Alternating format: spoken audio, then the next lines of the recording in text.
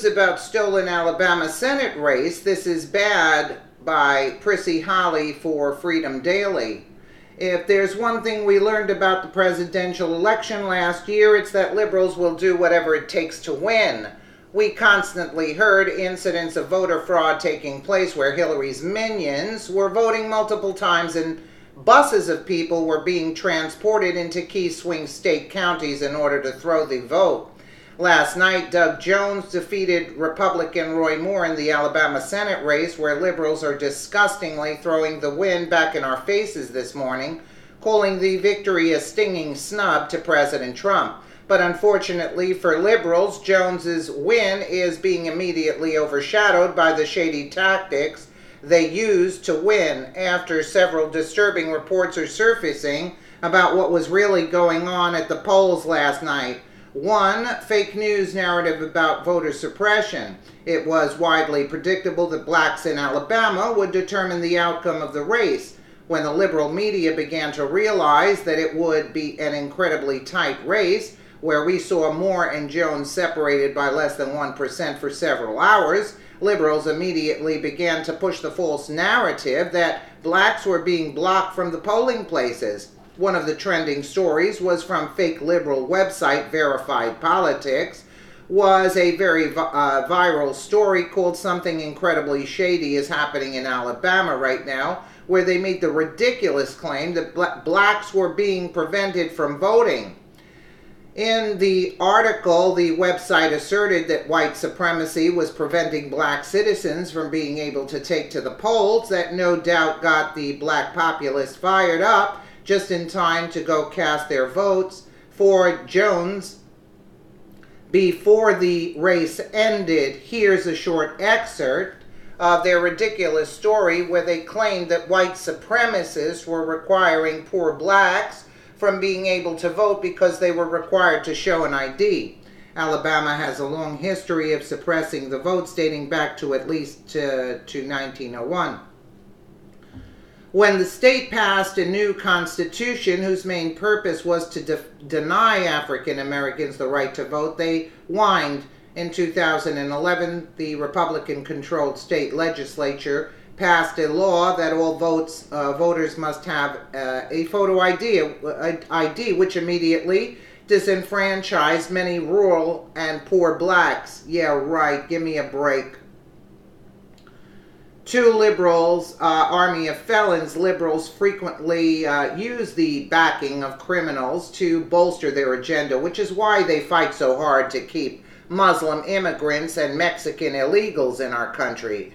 Yeah, the Alabama Senate race was no different as Breitbart exposed how George Soros and infamous rape baiter Al Sharpton had their grubby talons all over this race right from the beginning, where the duo registered an army of convicted felons across Alabama to help bolster support for Jones, an organization partnered with a George Soros-funded finance group and led by a radical leftist who is the half-brother of the infamous controversial Reverend Al Sharpton, has been diligently working over the past few weeks to register convicted felons across Alabama, Breitbart began. They went on. The aim of the effort has been to get as many felons as possible on the roster before last Monday, the deadline to register in order to vote in Alabama's December 12th Senate special election that pits Republican Roy Moore against Democratic challenger Doug Jones. The man spearheading the campaign had stated outright that his effort is meant to ensure a Democratic victory in Alabama. The thousands of felons reportedly newly registered over the past few weeks were most likely not included in any recent polling on the Alabama Senate race put out by major firms. Jones himself is tied to some of the specific organizations associated with the drive to register felons here. Indeed, as Breitbart News first reported, Jones spearheaded a project for a massively Soros-financed legal activist group demanding full voting rights be given to felons released from prison, including those convicted of murder, rape, and other criminal violent crimes. 3, dark money from very questionable sources. Whenever you smell a rat, chances are George Soros is somewhere nearby lurking about. the infamous evil billionaire who turned his own neighbors into the Nazis in the 1940s, is constantly gunning for the destruction of America, where he's a huge donor of crooked politicians like Hillary Clinton, Barack Obama, and rhino Republicans like John McCain. So it should come as no surprise that Soros yet again was at the helm causing chaos and trying to throw the election in Alabama via Breitbart. Politico reported on Monday that George Soros-funded Priorities, USA Action, and Senator Chuck Schumer, Senate Majority PAC, are the dark money behind the Alabama Shell Group that has spent more than $4.1 million to defeat conservative Republican Roy Moore in Tuesday's Alabama U.S. Senate special election, in which he faces liberal Democrat Doug Jones. 4.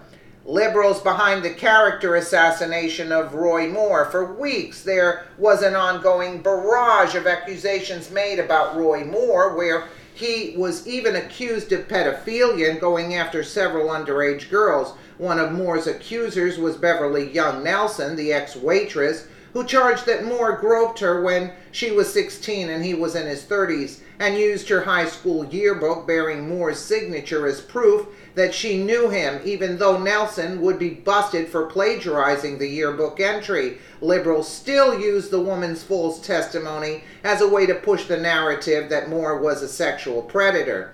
New York, New York, November 13, Beverly Young Nelson holds her high school yearbook signed by Roy Moore during a news conference where she has accused Alabama Republican Senate candidate Roy Moore of sexually abusing her when she was 16 on November 13, 2017 in the New York City. Moore, a controversial politician who recently won a runoff against Luther Strange for Alabama's Senate seat, is currently fighting accusations alleging that he pursued sexual relationships with teenagers, including a 14-year-old girl, when he was in his 30s.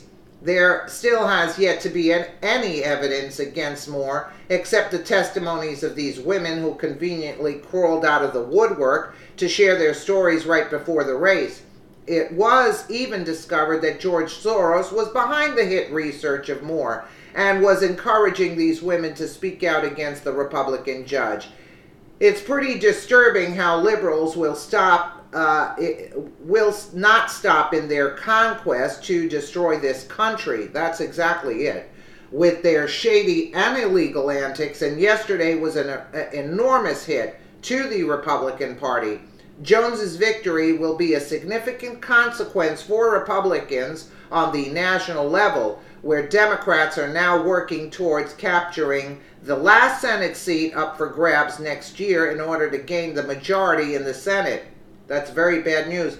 But I hope Moore, he's not conceding. So I hope he goes after this, because money should be thrown into this through the country, actually, because this is not acceptable for George Soros to be behind the scenes working and have his minions such as Al Sharpton also and the brother doing these kind of shady tactics. And don't give me a break. You go buy anything, you need an ID. Give me a break. Everybody has an ID today.